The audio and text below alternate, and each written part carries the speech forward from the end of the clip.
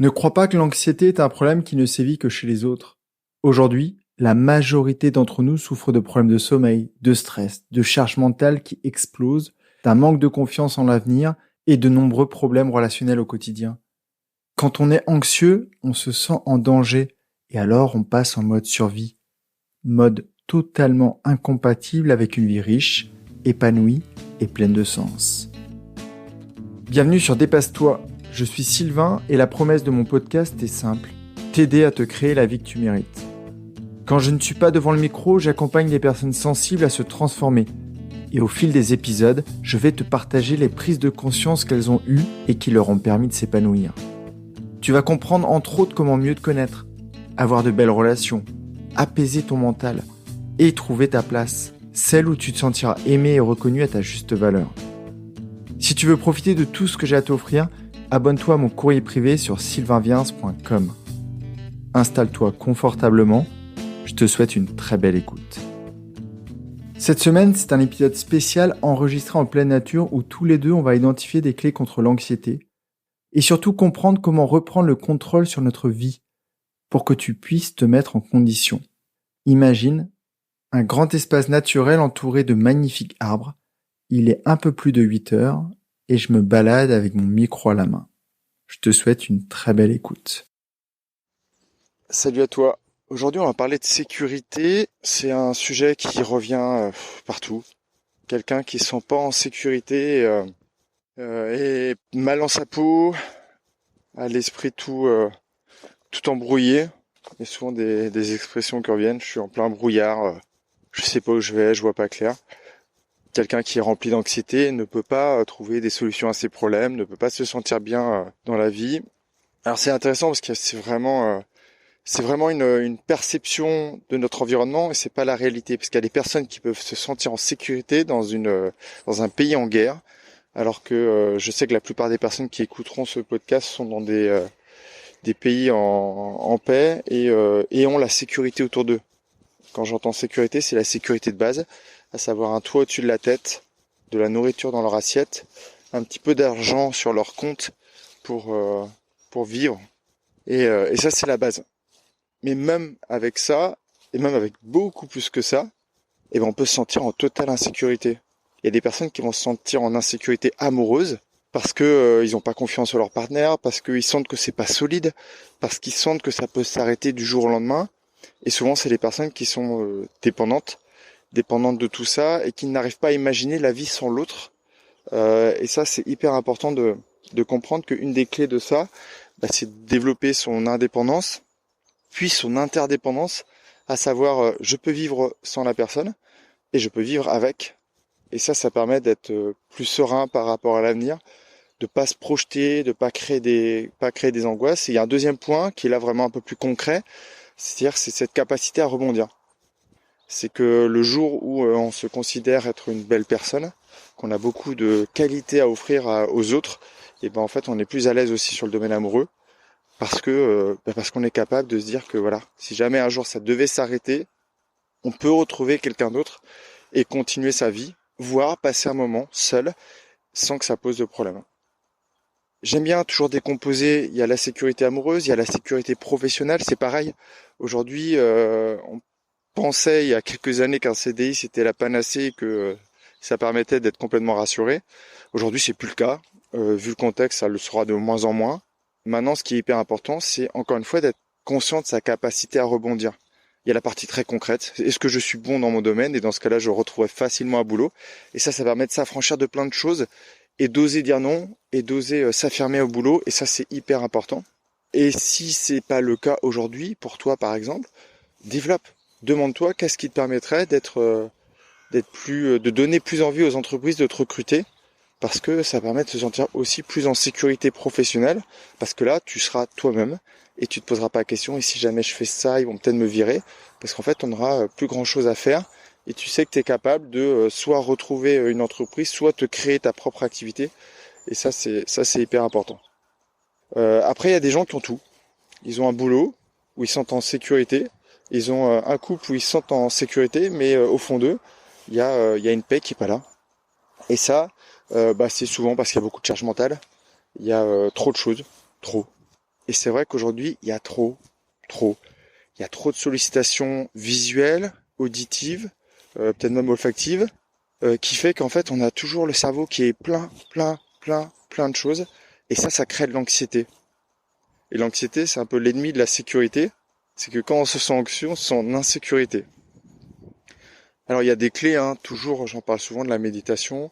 La méditation, c'est une clé. C'est réussir à trouver le calme intérieur dans un environnement qui est beaucoup trop actif. Et après, il y a encore un truc qui est beaucoup plus simple et qui ne demande même pas de méditation. Et je pense qu'il fait rentrer dans un état méditatif naturellement, c'est de faire ce que je fais là, se promener en pleine nature. Je t'avoue que si j'avais pas ça là, tu le vois pas. Il y a plein d'arbres, il y a plein de nature. Je suis un peu tout seul. Je vois juste quelques vaches. Je vois des oiseaux. Si j'avais pas ça, à certains moments, ce serait hyper compliqué parce qu'on a tous la même vie, on a tous plein de choses à faire, on a tous plein de choses en tête. C'est important de prendre conscience de ça et de se donner les moyens de s'offrir de la paix. Je pense pas que ce soit normal d'être actif toute la journée. Je pense pas que ce soit normal d'être sollicité toute la journée. Quand je vois les cadres que j'accompagne qui font du 8h, 20h tous les jours, ça fait beaucoup trop surtout. Et c'est hyper important d'en avoir conscience. C'est compliqué de se sentir en sécurité ou serein quand on est tout le temps dans l'activité. C'est hyper important d'avoir des moments de calme, des moments pour soi, à soi, sans rien. Quand je dis sans rien, c'est pas des moments où tu te poses sur ton canapé à regarder du Netflix, ou des moments même où tu sors ton bouquin. On est d'accord que peut-être que lire c'est mieux que de regarder un écran, mais c'est encore un moyen de remplir d'espace et le silence, c'est hyper important. Dès que tu es dans un environnement où il y a moins de choses, plus de silence, d'un coup, ton rythme cardiaque se calme et là tu commences à ressentir la sérénité. Souvent, ce que je propose aux personnes que j'accompagne qui sont dans des états un peu anxieux, c'est de se créer des petites bulles, des petits ancrages qui permettent de retourner dans des environnements où ils ne peuvent pas aller pour retrouver du calme. Ça peut être, par exemple, la semaine dernière, j'ai créé une petite bulle comme ça avec une personne. Ils se retrouvaient allongés sur l'herbe dans une forêt et ils regardaient la lumière traverser le branchage. Et ça, c'est hyper important d'avoir des petits moments comme ça, très calmes. Donc je te le disais, dans la sécurité, il y a plusieurs choses. Il y a vraiment cette partie plus concrète de comment tu te sens dans la vie, comment tu te sens dans l'environnement humain. Tout de suite, je pense à ça, je pense à la banlieue parisienne. À des moments de ma vie, j'étais dans des endroits dans lesquels je me sentais pas complètement en sécurité. Et c'était des moments où je manquais totalement de créativité parce que dans ces moments-là, quand tu es dans un environnement insécure ou d'anxiété, ton cerveau, il ne se focalise plus que sur des choses hyper importantes, sur ton corps. Est-ce que tu es capable de courir? Sur ton environnement, tu es en mode je surveille. Et il y a une notion aussi un peu de temps. Ton attention se focalise sur ce qui est hyper important. Et quand tu te sens en insécurité, c'est ta survie. Et quand tu es sur la survie, t'es pas du tout sur la projection d'événements sympas, t'es pas sur la réalisation d'objectifs qui pourraient t'apporter une vie plus sympa, t'es sur vraiment les fonctions de base. Et donc, ce qui fait que t'as l'impression de pas avancer, t'as l'impression que la vie, c'est quelque chose qui sert pas à grand chose parce que t'es vraiment en mode survie. Les clés pour ça, je t'ai dit, c'est déjà une partie un peu concrète. Voilà, ok, comment je me sens dans mon couple? Est-ce que je suis bien? Est-ce que j'ai confiance? Et si j'ai pas confiance, qu'est-ce que je peux faire? Est-ce que je peux en parler ouvertement à mon conjoint? Est-ce que je peux me poser aussi la question de ce que je disais tout à l'heure, à savoir, est-ce que je suis une belle personne? Déjà, se rassurer soi-même, ça permet d'être plus confiant dans son couple, de repérer tout ce qu'on apporte au couple et de se dire, oui, je suis aussi important pour mon partenaire et ça fait vraiment du bien. Cette réflexion, tu peux l'avoir dans le domaine familial, dans le domaine professionnel, tu peux l'avoir un peu partout. Et après, il y a une partie un peu plus abstraite, à savoir comment tu te sens là. Est-ce que tu te sens en sécurité? Est-ce que tu fais trop de choses? Est-ce que tu es toujours trop dans le speed? Est-ce que tu es en train de courir à chaque fois? Tu vois, je te parlais d'insécurité tout à l'heure en mode survie. On va avoir tendance à courir. Donc le sang va pas être aux endroits pour être créatif et tout ça, il va être au niveau des jambes. Et ça, c'est hyper important. Donc si tu es toujours en train de courir, si tu es toujours en train de faire des choses, si tu es toujours en train de malmener ta santé mentale, voire ta santé physique, et ben en fait tu te sens en insécurité.